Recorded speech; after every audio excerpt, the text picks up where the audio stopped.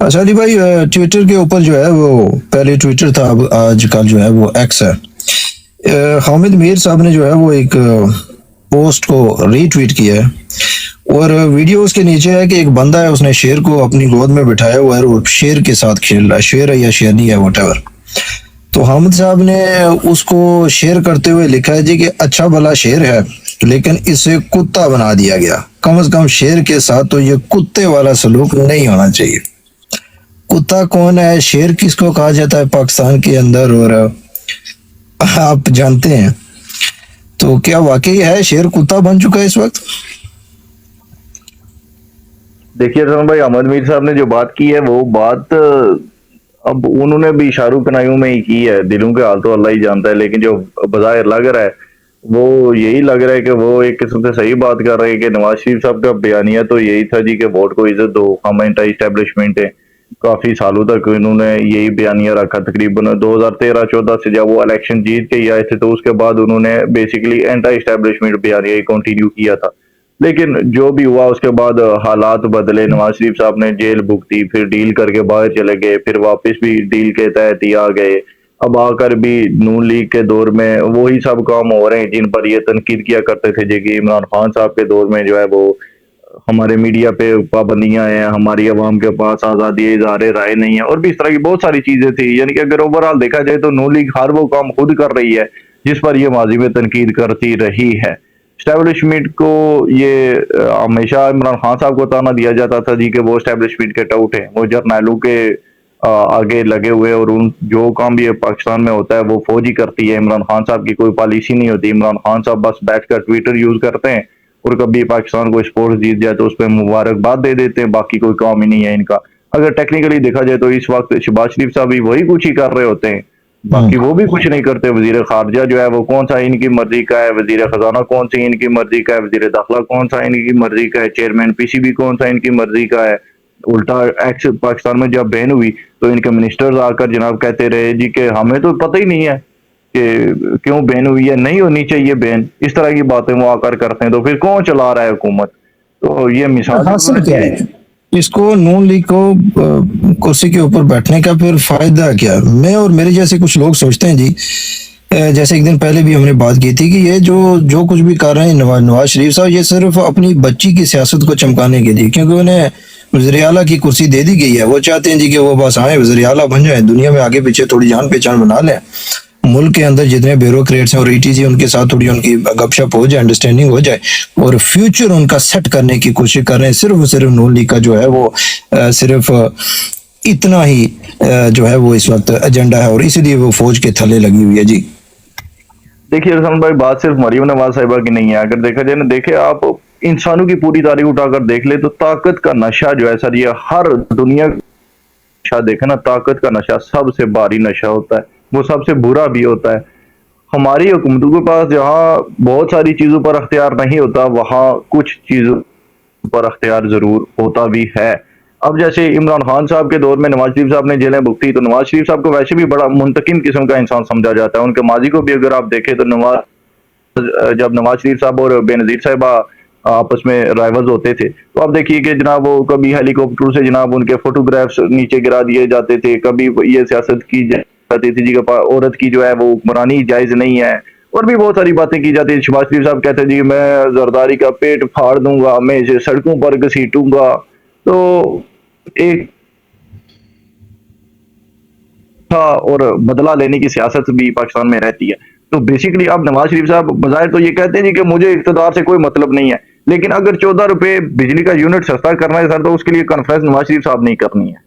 और भी इस तरह के बहुत सारे मामला हैं। अगर मुल्क में कुछ बेहतरी आएगी ना, तो प्रेस कॉन्फ्रेंस आकर नवाज शरीफ साहब कर रहे होते हैं। अगर उनको अपनी जात तक कुछ नहीं है तो फिर वो ये बातें क्यों कर रहे होते हैं? तो वो इसीलिए कर रहे होते हैं सर के अंदर से अभी भी वो बड़ा एक मशहूर शेर था कि मेरे दिल के किसी कोने में एक मासूम सा बच्चा बड़ों की देखकर दुनिया बड़ा होने से डरता है। तो पर नवाज शरीफ साहब के दिल के किसी कोने में एक मासूम सा बच्चा जरूर पाया जाता है जो ये दुनिया देखता है ना सियासतदानों की, तो वो भी सियासतदान बनना चाह रहा है अंदर से, और वो सारे इक़्तिदार जरूर लेना चाहते थे। जो सच्ची बात है, आप भी जानते हैं, मुझसे बेहतर जानते हैं, एस्टेब्लिशमेंट ने उनको जनाब सिंपल मेजोरिटी नहीं दी इस मुल्क के अंदर, इसीलिए नहीं दी ताकि नवाज शरीफ साहब वज़ीर आज़म की कुर्सी पर ना बैठ जाए। उनकी अपनी सीट है। और उनके कुछ जी केस हैं जो वो अभी पेंडिंग पड़े हुए हैं, वो तलवार उनके सर पर रखी हुई है वो डंडे वाली सरकार ने कि जी थोड़ा जी जी हिले बिल्कुल। चुलेंगे तो आपको जो है वो एक तरीका कार होता है ना हमारी एस्टेब्लिशमेंट का कि केसेस जो है उनका फैसला भी ना होने दें और उनकी समाअत भी ना होने दें कि अगर ये बंदा थोड़ा सा जो है वो गड़बड़ करेगा या हमारी बात नहीं मानेगा तो केस जो है उनको उनकी समाअत जो है वो तेज करके इनको फिर ट्रैप कर लिया जाए। तो कहीं ना कहीं उनको भी तो फंसा के रखा हुआ है डंडे वाली सरकार ने जी। जी वो बिल्कुल ऐसा ही है ना सर कि कुछ फाइलें ऐसी होती हैं ना जो नीचे दबा दी जाती हैं, वो जब दिल करेगा तो निकाल लेंगे। तो वो तो अपनी जगह पर मौजूद है चीज, लेकिन ये भी है सर कि सिर्फ ऐसा नहीं है कि अगर इस मर्तबा एस्टेब्लिशमेंट और नवाज शरीफ साहब की आपस में ताल्लुकात खराब होते हैं ना तो पहले की तरह सियासी शहीद वो नहीं बन सकते। इस मर्तबा अगलू ने जनाब इनके अपनी जीती हुई जो सीट है उसका भी केस है अदालत में, वो भी पेंडिंग पड़ा हुआ है, वो जब चाहेंगे ओपन करवा देंगे और जब चाहेंगे तो नवाज शरीफ साहब हार भी जाएंगे। तो नवाज शरीफ साहब जैसे लीडर के लिए सर अपने हल्के की सीट हार जाना मेरे ख्याल से इससे बुरी बात कोई भी नहीं हो सकती या इंसल्ट इंसान की नहीं हो सकती। तो उनके गले में वो भी तलवार जो है वो लटक रही है, वो कभी तो भी चल शेर सकती है। तो शेर कुत्ता बन चुका है। सर मैं तो अब इस तरह के अल्फाज आपको पता है नहीं इस्तेमाल करता हूँ, किसी भी जमात के लिए नहीं चलें करता हूँ। चलें अगली अगली खबर की तरफ बढ़ते हैं। जियो न्यूज इसको शाया कर रहा है और खबर कुछ इस तरह से है जी कि जनरल फैज हमीद रिटायर 1973 के आयन को मुकम्मल तौर पर बर्बाद करके पाकिस्तान में सदारती निजाम लाना चाहते थे। अ, आप क्या सोचते हैं, है कुछ खबर आपको इस सिलसिले में और कोई सच्चाई है इसमें? जी अरसलान भाई, जहाँ तक ये बात है ना आयन की, वो इन्फॉर्मेशन भी मैं आपके साथ जरूर शेयर करूंगा जो बात अहमद मीर साहब ने किया, लेकिन पहले थोड़ा ये जो आयन का तासुर दिया जाता है ना कि ओ जी आयन पाकिस्तान बन गया तो ये हो गया। पहली तो बात ये है सर, अगर हम कोई इतनी कोई आयन पसंद कौम होते तो ये 1973 में क्यों बना है? मुल्क तो 47 में बन गया, तो ये 26 साल क्या सर सत्तू पी कर सो रहे थे हुक्मरान भी और अवाम भी। कभी 58 में आयन बन रहा था, कभी पता नहीं 63 में बन रहा था, तो हमेशा बन जाता था फिर टूट जाता था। 73 में जाके हमें याद आया कि जनाब ये कोई फिरका है जो मुसलमान भी नहीं है, उससे पहले तो वो मुसलमान भी थे इस मुल्क के अंदर। तो बहुत सारी हमारे आयन में सर खामियां भी हैं, ये कौम शुरू से तकसीम भी रही है, और आयन 73 का बन जाने के बाद भी कौन इज्जत करता है जी इस आयन की? मुशर्रफ साहब जनाब इंटरव्यू में आके कह देते थे कि जी ये जो आयन है ये तो बस एक पेपर का पीस है जिसे रद्दी के टोकरी में फेंक देना चाहिए। तो हमारे जर्नैलों ने सर आयन का कोई ढके छुपे तौर पर जो है वो आयन को जनाब जूती की नोक पे रखता है, तो कोई सरेआम रख लेता है। तो जिसके पास जितनी ताकत होती है वो उतना उसकी आयन के खिलाफ जाकर जो है वो काम कर रहा होता है। आर्टिकल 6 हमने बस बराए नाम एक बुक में रखा हुआ, आज तक कभी किसी के खिलाफ कोई केस खुला नहीं आर्टिकल 6 का इस मुल्क के अंदर। तो जहां तक बात है फैज मीर साहब की, वो तो सर उस वक्त भी फैज मीर साहब की सबसे बड़ी गलती अरसलान भाई ये थी ना, वो बहुत इंटेलिजेंट थे मैं मानता हूँ, लेकिन आप देखिए उन्होंने तालिबान को सपोर्ट किया ना। फैज मीर साहब पहले बंदे नहीं थे जो सपोर्ट कर रहे थे, ये बहुत पीछे से काम चल रहा था, लेकिन कभी किसी आर्मी जर्नैल ने इतनी जनाब सरेआम जाकर कोई हिकमत अमली नहीं जाहिर की थी जितनी जनाब इस बंदे ने कर दी कि उधर अफगान रजीम टेक ओवर कर दिया तालिबान की अफगानिस्तान के अंदर। ये जनाब उधर जाकर चाय की चुस्कियां या कावा जो भी था पर फोटोग्राफ्स ले रहे थे, मैंने कोई झंडे गाड़ दिए हैं इधर। उसी तरह से सर ये जो सदारती निजाम की बात अहमद मीर साहब ने की, ये कोई ये अनोखे नहीं है। ये जितने फैज मीर साहब के जो सो कॉल्ड जर्नलिस्ट हैं, मैं तो खैर उनको जर्नलिस्ट नहीं मानता हूँ, लेकिन जो थे वो सर इन बातों को तब भी सरेआम एक्स पर पोस्ट कर रहे होते थे जी के 2025 में फलां आर्मी चीफ होगा, वज़ीर आज़म इमरान खान होगा, 2030 में फलां आर्मी चीफ होगा, सदर इमरान खान बन जाएगा। इस तरह की बातें वो तब भी कर रहे थे। वो जनाब मतलब टू क्विक हो गया ना वक्त से। आप 10 साल पहले अपने फ्यूचर के प्लान अगर बता रहे हैं तो सर ये आपकी बहुत बड़ी सियासी गलती भी है, और जिस किस्म की भी आप समझे, पर कोई भी अपनी पॉलिसियां जो है वो इस तरह से बता के कोई नहीं करता होता सर। इतना तो कोई अपनी क्रिकेट की गेम शो नहीं करता जितनी फैज मीद और इमरान खान साहब जनाब अपने फ्यूचर की पॉलिटिक्स की पॉलिसियां शेयर कर रहे होते थे। तो अच्छा यही फैज कुमार भी बेसिकली यही पड़ी है फैज मीद साहब को, और प्लान तो फैज इनका था, और जी इन्होंने सर इमरान खान साहब को भी डिच किया है। और अगर ये आर्मी चीफ बन जाते तब भी कर देते। अगर फैज मीर साहब आर्मी चीफ बन जाते ना अरसलान भाई, यकीन करें आप यहिया ज़ियाउल हक मुशर्रफ इन तमाम शख्सियात को भूल जाना था हम। ये तो इस अच्छा हद तक डिक्टेट करते अच्छा थे आज। फैज अमीन साहब की जो है वो बात चल रही है तो इसी हवाले से एक और खबर मैं देख रहा हूँ। ताहिर मुगल साहब हैं, पीएमएल नून के साथ इनका तल्लक, और एक्स प्लेटफॉर्म के ऊपर वो ट्वीट करते हैं और कहते हैं जी कि अल्लाह के इंसाफ पर कुर्बान जाएं। बड़ी देर तक सोचने के बाद इस वीडियो को शेयर कर रहा हूं। जनरल फैज हमीद ने अपनी बेटी के सर पर हाथ रखकर आंसुओं से रोते हुए नवाज शरीफ से माफी मांगी और कहा कि मुझसे बड़ी ज्यादतियां हुई हैं और इस बात के बहुत सारे गवाह हैं और वो इस खबर को मंसूब कर रहे हैं मुनीब फारूक से। क्या आपकी नजर पड़ी है इसके ऊपर और कितनी सच्चाई है? जी सर, मुनीब फारूक साहब ने ये बात जो है अपने किसी व्लॉग में की है मेरे ख्याल से, वो जो यूट्यूब पर डेली का न्यूज व्लॉग डालते हैं ना, उसमें जी। ये बात की है। मुनीब फारूक साहब सर जियो न्यूज पर काम करते रहे पहले, आपको पता है, फिर वो समा टीवी पर भी चले गए। वो बेसिकली वो एस्टेब्लिशमेंट और नून लीग के बंदे ही हैं, तो उनकी हर बात जो है वो 100% करेक्ट भी नहीं मानी जा सकती, और अगर सच्ची हो भी तब भी यही बात है सर कि जैसे मैंने आपको कह दिया कि फैज मीर साहब जो है वो इमरान खान को उन्होंने डिच करना था, इसमें कोई शक वाली बात कोई नहीं है। अगर वो आर्मी चीफ बन जाते, और ये तो पैगामात तो फैज मीर साहब ने इंग्लैंड में भी भेजे थे नवाज शरीफ साहब को कि जी मुझे आप आर्मी चीफ बना दें, क्योंकि ये जो पीटीआई की पूरी ये रजीम जो है ये शुरू से इसको मैंने हैंडल किया है और मैं सबसे बेहतर जानता हूँ कि इनको डील कैसे करना है। मैं इनकी ऐसी की तैसी फेर दूंगा। तो मेरी जो माजी की जितनी भी बातें उनको सर आप काइंडली माफ कीजिए, और आगे से जो है वो आपका मेरा जो है वो ही रांझे वाली संगत आगे चलेगी। इसकी मिसाल सर मैं आपको दे देता हूँ जिया उल हक साहब की। जिया उल हक साहब सर जब कोर कमांडर थे ना भुट्टो साहब के दौर में, तो भुट्टो साहब की आपको पता है आर्मी के साथ जो है वो थोड़ी नहीं बन रही थी। जब जिया उल हक साहब कोर कमांडर थे तब भी आर्मी की और भुट्टो की नहीं बनती थी। तो भुट्टो साहब को थोड़ी सी इनसिक्योरिटी फील हुई, तो एक रात भुट्टो साहब घर आए तो सर वो देखते हैं कि वहां पर एक बंदा खड़ा है जो उनको कह रहा है जी कि सर सब कुछ बेहतरीन है, यहाँ पर आप किसी किस्म की टेंशन ना लें। भुट्टो साहब ने जब गौर से देखा तो वो बंदा सर कोर कमांडर था, वो थे जिया उल हक साहब। भुट्टो साहब ने उस रात फैसला कर लिया जी कि अगला आर्मी चीफ मैंने जिया उल हक को लगाना है, और उसी जिया उल हक ने फिर भुट्टो को फांसी भी चढ़ा दिया। तो वो बात है सर, मैं जहाँ तक मैंने तारीख पढ़ी है, जिया उल हक साहब एक मरतबा जनाब कोई सिगरेट पी रहे थे, भुट्टो साहब आ गए तो उन्होंने अपनी हथेली पर सिगरेट बुझा दिया। इस कदर फरमाबरदारी शो कर रहे थे वो, और जब उनके पास ताकत आ गई तो फिर देखिए उन्होंने क्या किया भुट्टो साहब के साथ। हत्ता कि जब मार्शल लॉ भी लगा दिया ना, तो भुट्टो साहब को तब उन्होंने कहा जी कि जब फौजी चले गए वहां पर भुट्टो साहब को उठाने के लिए पीएम हाउस में, तो भुट्टो साहब ने जिया उल हक को जनाब कॉल की, तो उन्होंने कहा सर बहुत मजबूर हूँ, बगावत हो चुकी है फौज के अंदर, तो बहुत मजबूरी है, आपको कुछ दिन जेल में गुजारने पड़ेंगे। फिर भुट्टो साहब ने उनसे कहा जी कि मेरी बेटी आई हुई है लंदन से, तो एक रात आप मुझे यहीं पे रहने दें, मैं कल सुबह फिर चला जाता हूँ। उन्होंने कहा जी बिल्कुल टेंशन वाली बात ही नहीं है। तब तक भी वो बिल्कुल साथ ही थे। फिर भुट्टो साहब जब कुछ अरसा जेल में रहे, और भुट्टो साहब का और जिया उल हक साहब के तब भी आपस में ताल्लुकात बड़े बेहतरीन हो गए थे। फिर भुट्टो साहब जब बाहर आए जेल से और उन्होंने इलेक्शन कैंपेन शुरू की, तब भुट्टो साहब ने जब अवाम का ठाटे मारता समंदर देखा ना उनके साथ, जिस तरह आज के दौर में इमरान खान साहब के साथ अवाम खड़ी है ना, यही हालत थी, बिल्कुल यही सेम सिचुएशन आप समझ लीजिए। तो तब भुट्टो साहब ने फिर जनाब अपनी रंग बदल दिए। भुट्टो साहब ने कहा एक बार इलेक्शन हो जाए तो जिसने मार्शल लॉ लगाया मैं इसकी ऐसी की तैसी फेर दूंगा। तकरीरों में ये बातें भुट्टो साहब ने की। जिया उल हक साहब ने जनाब फिर उनको अंदर डाल दिया, और उसके बाद जो हुआ वो सबके सामने है।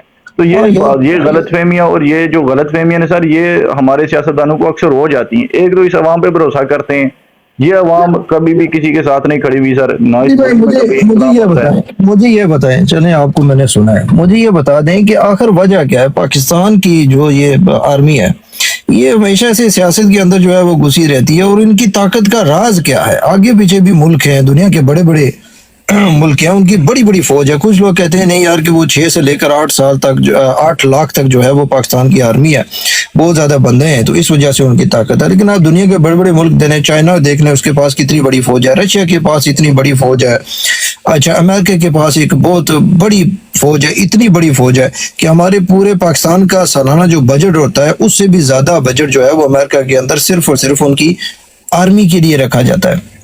बाकी ममालिक में तो आर्मी जो है वो इस तरह मुल्क को या रमगाल नहीं बनाती, वो इस तरह सियासतदानों को नहीं मारती या सियासत के अंदर इन्वॉल्व नहीं होती। आखिर क्या वजह है कि पाकिस्तान के अंदर पाकिस्तानी फौज की इतनी पावर कैसे है, और फौज हमेशा सियासत के अंदर मुदाखलत क्यों करती है? सर इसकी बहुत सारी वजूहत हैं। अब देखिए सिर्फ पाकिस्तान नहीं है, दुनिया में बहुत सारी ऐसी रियासतें हैं जहाँ पर फौज की हुक्मरानी रहती है। पाकिस्तान में फौज की हुक्मरानी आज से नहीं है, 48 में भी मोहम्मद अली जना साहब कह रहे थे जी कि कश्मीर से अपनी फौजें वापस नहीं लानी। उस वक्त हमारा गोरा आर्मी चीफ था, उसने जनाब जूती की नोक पर नहीं रखा, कायद के जो भी अहकाम थे उसने फौजें वापस बुला ली। क्या किया किसी ने? ये बातें सर तब से शुरू हो गई थी। फौज की जहां तक बात है कि इसने कंटिन्यू कैसे किया है यहाँ तक, अपने इक़्तिदार को या अपनी ताकत को संभाल के कैसे रखा हुआ है, उसकी बड़ी वजह सर ये है कि पाकिस्तान का सर आप खिता देखें ना, आज़ाद कश्मीर के लोगों को अगर फौज का डर नहीं होगा, इन्होंने जनाब कहना है सानू आज़ाद कर दो, हमने तो आज़ाद रहना है। अभी देखें 6 महीने पहले भी क्या हुआ, आखिर फिर वहां से रेंजर्स की गाड़ियां ही आई ना जिन्होंने इनके जनाब धरने खत्म करवाए। बलूचिस्तान के आप हालात देखिए, वहां पे जनाब अब वो मारंग बलोच साहिबाई निकली होती हैं हर तीसरे दिन। सिंध में अभी पिछले 15 साल से कुछ सुकून हुआ है, जब से जरदारी साहब की जो है वो की शक्कर हो गए एस्टेब्लिशमेंट के साथ, तब से सिंध में सुकून हुआ है। नहीं तो उससे पहले सर आपको पता है जब बेनजीर साहब भी शहीद हुई तब भी सिंध के हालात इस कदर खराब हो चुके थे कि जरदारी साहब को बाकायदा अपनी इलेक्शन कैंपेन्स में ये नारे लगाने पड़े कि पाकिस्तान खपे, पाकिस्तान जिंदाबाद, पाकिस्तान कायम रहे। ये बातें उन्हें करनी पड़ी थी सिंधी जुबान में, क्योंकि उस वक्त भी सिंध में भी बगावतें उठ रही थी। तो इस मुल्क के सर हालात, हदूद अरबे को आप ब्लेम कर लीजिए, अवाम को ब्लेम कर लीजिए, जो भी कहिए, अवाम यहाँ पर हमेशा ही जनाब आज़ादी चाह रही होती है। दुनिया की बहुत सारी रियासतों में बहुत सारी अवाम ऐसी होती है कि जो आज़ादी चाहती है, लेकिन हमारा कोई अपना ही अंदाज है अरसलान भाई, हम मौके खुद देते हैं। फिर साथ ही ऐसा होता है कि अगर 10 लोग इस्टेब्लिशमेंट के खिलाफ खड़े होते हैं या वो आज़ादी पसंद होते हैं, तो दूसरी तरफ जनाब 20 लोग ऐसे होते हैं जो अपने इक़्तिदार के लिए किसी और लालच की खातर, जो भी आप कहिए, या उन्हें मुल्क से इतना प्यार और वो समझते हैं कि जनाब फौजी यहाँ पर आखिरी ऑप्शन है हमारे पास, तो वो इनके साथ भी खड़े हो जाते हैं। पाकिस्तान में जब भी मार्शल लॉ लगा, यही हमारे सियासतदान फौजियों के साथ खड़े हुए। जियाउल हक साहब के दौर में जब भुट्टो के खिलाफ बातें हो रही थी, नवाज शरीफ साहब जनाब वहीं पे खड़े थे। मुशर्रफ साहब के दौर में भी आप देखिए कि बेनजीर साहिबा का पहले पूरा कॉन्सेंट शामिल था उसमें। जब नवाज शरीफ साहब की हुकूमत गिराई गई तो पीपल्स पार्टी बड़ी खुश थी। वो तो बाद में उन्हें पता लगा कि उनको भी डिच कर दिया है मुशर्रफ ने, फिर जाकर वो खिलाफ हो गए उसके। लेकिन पहले तो बेनजीर साहिबा ने साथ दिया था इनका जी, उन्होंने कहा बिल्कुल ठीक हुआ, मीडिया पर आकर उन्होंने ये बातें की। तो अब ये रिसेंट हिस्ट्री आप उठाकर देखें तो 2017-16 में जनाब नवाज शरीफ साहब को इस्टेब्लिशमेंट के साथ नहीं लगती थी, तो हमारी पीटीआई जनाब जो फौज के खिलाफ बात करते उसको गद्दारी के टैग ले देती थी, वो तो गद्दार हो जाता था मुल्क का। और अभी वही हालत है जनाब, जब 22 में जाकर इमरान खान साहब के साथ इस्टेब्लिशमेंट के हालात खराब होते हैं तो पूरी पीडीएम खड़ी हो जाती है जाकर फौज के साथ। तो हमारी आवाम, हमारे हुक्मरान, तमाम लोग इसमें शामिल हैं। इसीलिए सर मैं अक्सर ये बात करता हूँ कि अगर हमने फौज को कसूरवार ठहराना है तो मेरे नजदीक उतने ही कसूरवार हमारे सियासतदान भी हैं, क्योंकि ये हमेशा उनके साथ खड़े होते हैं और इनका किसी का अपना लालच होता है, किसी का अपना गुस्सा होता है, किसी ने किसी से इंतकाम लेना होता है, तो इस तरह के अपने अपने तमाम के मफादात होते हैं। देखिए इमरान खान साहब को तो जो है वो एक ही बार हुकूमत देगी और वो कहते हैं जी कि मैंने इनसे बहुत कुछ सीखा, लेकिन हमारी ये जो पीपल्स पार्टी है और ये नून लीग है, इन्होंने तो हुकूमत का जो निज़ाम है वो कई बार संभाला है और इन्हें पता भी है कि ये जो है ये फौज जो है वो उस तरह से काम नहीं करने देती जिस तरह की हुकूमतें खुद करना चाहती हैं, वो जानते भी हैं, लेकिन बार बार जो है वो फिर उस निज़ाम का हिस्सा क्यों बन जाते हैं। अफसान भाई, इमरान खान साहब ने भी क्या सीखा जी, वो खुद कहते हैं जी कि आर्मी चीफ मुझसे बात नहीं करता। वो खुद कहते हैं जी कि काजी फायज ईसा बड़ा दबंग चीफ जस्टिस है। वो खुद कहते हैं जी कि फैज उमीद जो था वो जनाब कौमिया सासा था, गुज़श्ता कल उन्होंने फरमाया। कितना एक सीखा है जी इन्होंने। तो हमारे सियासतदानों की सर दौड़ यही रहती है। नवाज शरीफ साहब ने भी जो कुछ सीखा था वो हमने अभी रिसेंट इलेक्शंस में देख लिया कि नून लीग ने कितना सबक हासिल किया और उसके बाद क्या कुछ कर रही है। जहां तक पीपल्स पार्टी की बात है, वो तो जरदारी साहब जनाब जब से वो आगे आए हैं पीपल्स पार्टी के अंदर, तो उन्हें तो सिंध तक महदूद किया गया, उसके बावजूद वो खुश खुरम है एस्टेब्लिशमेंट के साथ और उन्हीं के साथ ही चल रहे हैं और अभी तक आगे भी चलते रहेंगे। बिलावल भुट्टो साहब भी बजाय तो कभी एक आधे जलसे में कभी बात कर दिया करते थे एस्टेब्लिशमेंट के खिलाफ, मगर कोई अमली तौर पर आज तक हमने कोई काम देखा नहीं है। और सर ये बात ये तो फिर ऐसे ही निज़ाम चलता रहेगा जी, बस ये डंडे वाली सरकार जो है वो इन्वॉल्व रहेगी हुकूमतों के अंदर और हमारे सियासी लीडर जो हैं वो उन्हीं के पैर पकड़ते रहेंगे। फिर ये कहें ये लोगों को उल्लू बनाया जाएगी कि 80% जो बजट है वो फौज का आ गई है, फौज कहेगी कि नहीं हमारा कोई सरोकार नहीं है। ऐसे ही चलता रहेगा और बस पाकिस्तान का यही कुछ है जो फिर हाल है। फिर आप क्या समझते हैं कोई बेहतरी की कोई चांसेस बन पाएंगे इस तरह जिस तरह ये निज़ाम चल रहा है, अगर इसी तरह चलता रहा तो? बेहतरी के चांसेस अफसान भाई तब हो सकते हैं जब कोई नए लीडरान आ जाए इस मुल्क के अंदर और जो इस मुल्क के साथ वफादार हूँ, जो नए को नए खैरात लीडर ना क्या लगाने। आएंगे? नए लीडर मुझे बताएं अली भाई, कैसे आएंगे ये? जो हमारे नवाज शरीफ साहब हैं उन्होंने अपनी साहबजादी को लॉन्च कर दिया, जरदारी साहब हैं उन्होंने अपने साहबजादे को लॉन्च कर दिया, तो फिर जब वो जैसा बाप वैसी बेटी, जैसा बाप वैसा बेटा, तो वो उन्होंने तो उन्हीं के नक्शे कदम पर चलना है सर। तो फिर उन्होंने भी सर वही कुछ देखिए, करना है जब जो उनके बाप दादा करते रहे। असलम भाई, जब मिसाक जमहूरियत हो गया, तब तीसरी ताकत लॉन्च हो गई ना इस मुल्क के अंदर, इमरान खान साहब वज़ीर आज़म बन गए थे ना। तो ऐसे ही अगर मुस्तकबिल में भी कोई इस आवाम को ये बावर कराने में कामयाब हो जाता है कि वो जनाब यही जो घिसी पिटी पुरानी गेमें हैं इस सब से बाहर निकलेगा, वो इस्टेब्लिशमेंट की घाटी से होता हुआ वज़ीर आज़म की कुर्सी तक नहीं पहुंचेगा, तो अगर कोई अपनी बात रखने में कामयाब होता है तो आवाम जरूर उसका साथ देगी सर। और हमेशा तब्दीली ऐसे ही आया करती है। मुझे तो कोई नजर नहीं आ रहा ना। देखें इमरान खान साहब को, उनकी तो वो बच्चे वगैरह जो हैं वो सारे बाहर हैं, और वैसे भी वो जो हैं वो इस बात के बड़े खिलाफ हैं जी कि ये जो अपने बच्चे आगे ले और आते उसकी सियासत हैं जी, मारूसी सियासत के वो वैसे भी बड़े खिलाफ हैं।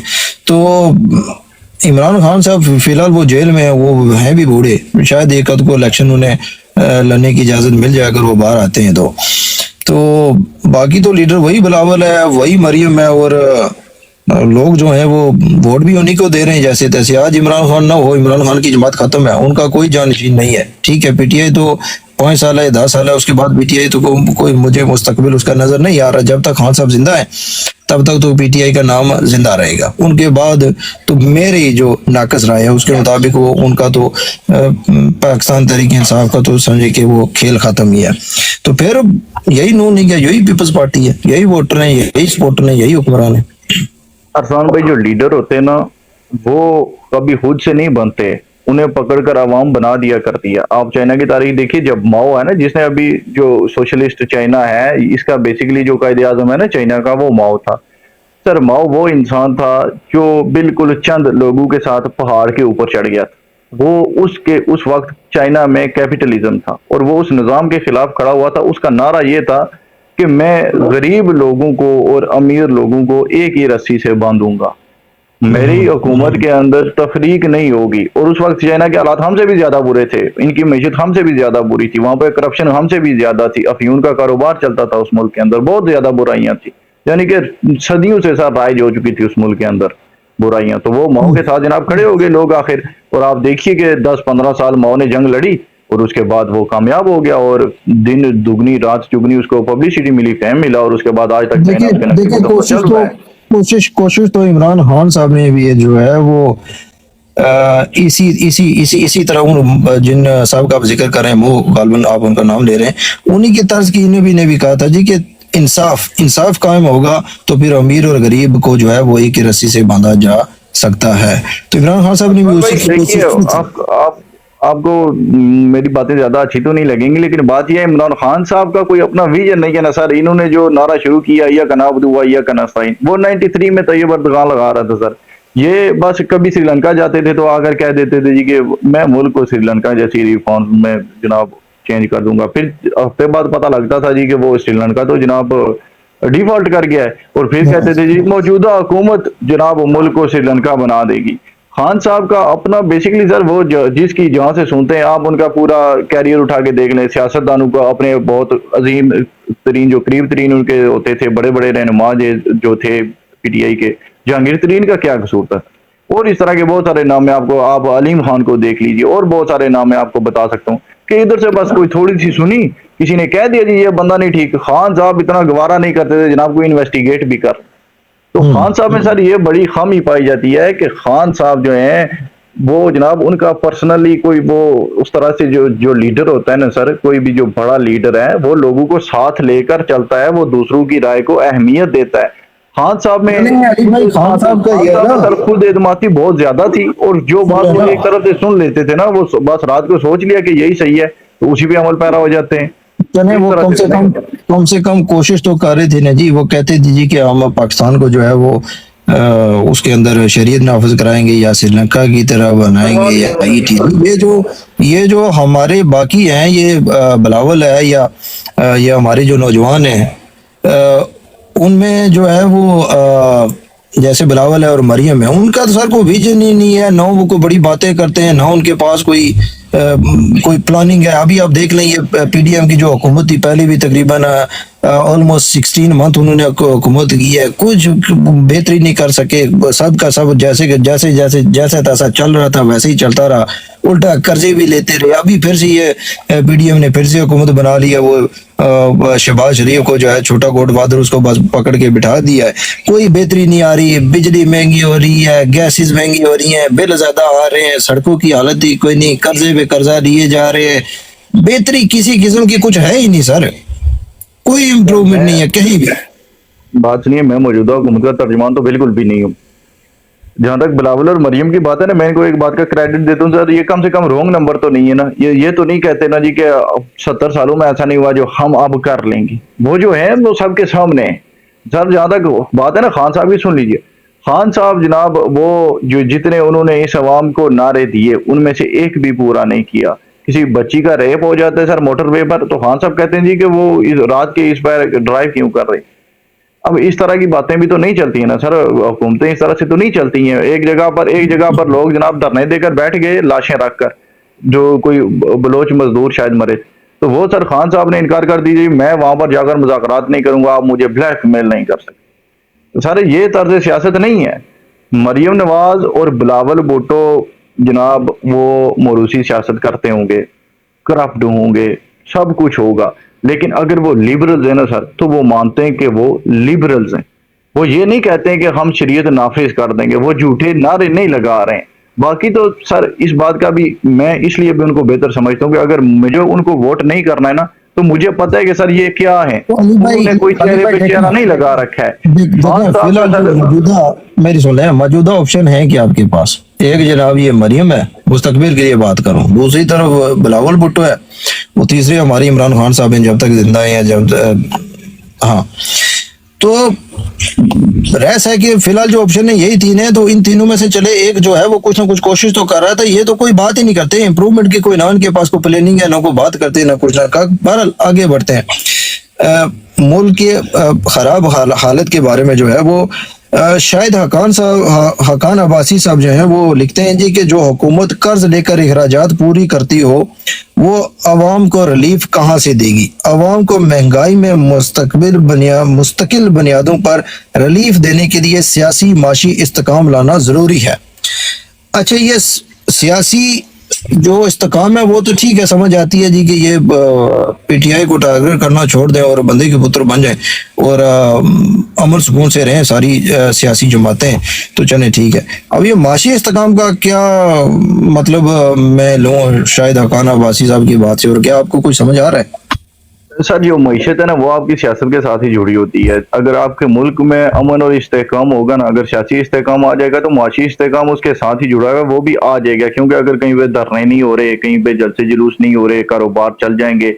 आप मुल्क में और बहुत सारी इकोनॉमिक रिफॉर्म्स आपको लाने की जरूरत है, उन पर तवज्जो दी जाए अगर, तो जरूर हो सकता है सर। लेकिन अगर आपकी रियासत में इंतशार फैला हुआ हो, आपकी इस्टेब्लिशमेंट जनाब बंदे उठा रही हो, आपके सियासतदानों को ये ना पता हो कि जनाब कल हम कौमी असेंबली में जाएंगे या अडयाला जेल में होंगे, तो फिर कौन सी मईशत सही होगी और कैसे हो सकती है।